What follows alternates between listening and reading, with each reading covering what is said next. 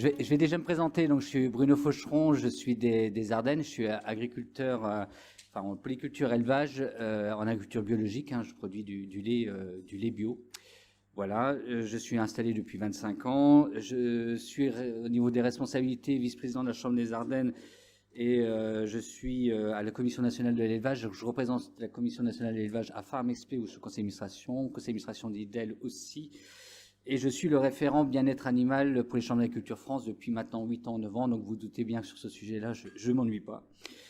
Donc voilà, je ne vais pas revenir sur l'ensemble des présentations vraiment qui ont été d'un très haut niveau, de très bonne qualité, et je vous remercie sur les présentations.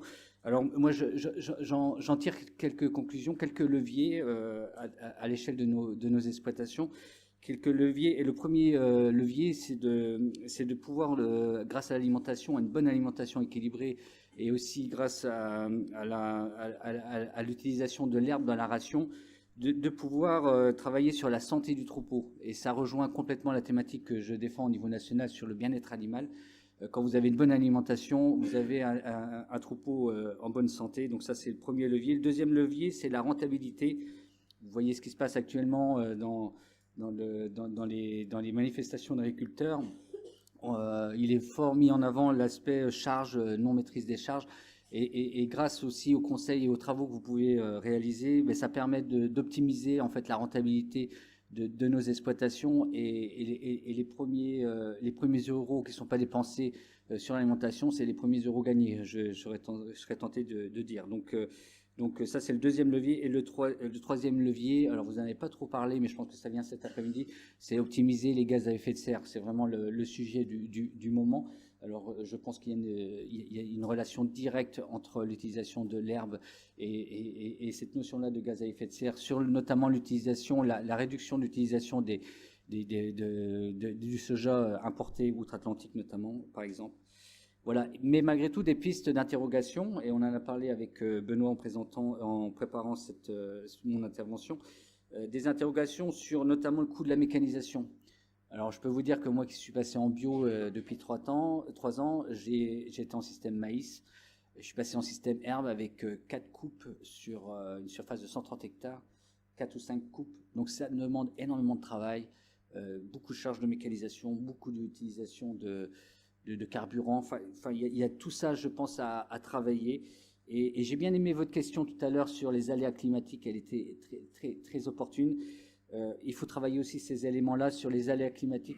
Alors, moi, à titre personnel, en 2022, j'ai pris un pansement tel que je n'en suis pas encore remis, parce que l'année était vraiment catastrophique. Et quand vous n'avez pas de silo de report, et je pense que c'est sur le système d'exploitation qu'il faut travailler, quand vous n'avez pas de silo de report, en fait, le jour où vous avez une sécheresse, que ce soit maïs ou ensilage d'herbe, finalement, vous êtes trop exposé. Et je pense qu'il faut travailler sur la robustesse, justement, des systèmes sur les bilans fourragers et travailler justement sur des silos de report. Mais je pense que c'est travailler sur le système dans sa globalité. Favoriser le pâturage, on a dit aussi. C'est vrai qu'on n'a pas accès à suffisamment de pâture. La mécanisation, elle est obligée de pallier au manque de pâturage. Donc là, c'est au niveau de la profession, à nous de travailler pour mettre en place des échanges de parcelles pour optimiser le pâturage quand c'est possible. Je pense notamment au système laitier, le système allaitant, c'est différent, mais malgré tout, il y a une vraie organisation aussi à avoir sur du pâturage tournant. Voilà, alors pour arriver à cela, ça c'est notre rôle aux décideurs, de pouvoir aller chercher des financements pour mener à bien ces expérimentations. Je pense au fonds CASDAR, au fonds PEI. Moi, j'étais pilote du PEI Arpège en Grand Est et les fonds aussi Interreg.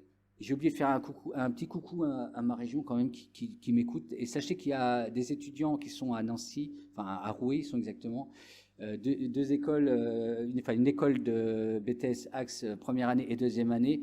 Donc on compte sur eux pour nous aider, reprendre nos exploitations, pour aussi se former. Non mais c'est important de le dire, on manifeste parce qu'on est mécontent, mais finalement notre métier, on est content de le faire.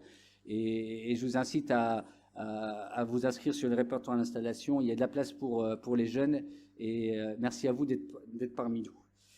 Voilà, mais je ne vais pas être plus long. Je vous souhaite un bon appétit et puis cet après-midi ça continue. Donc merci à vous, à tout à l'heure.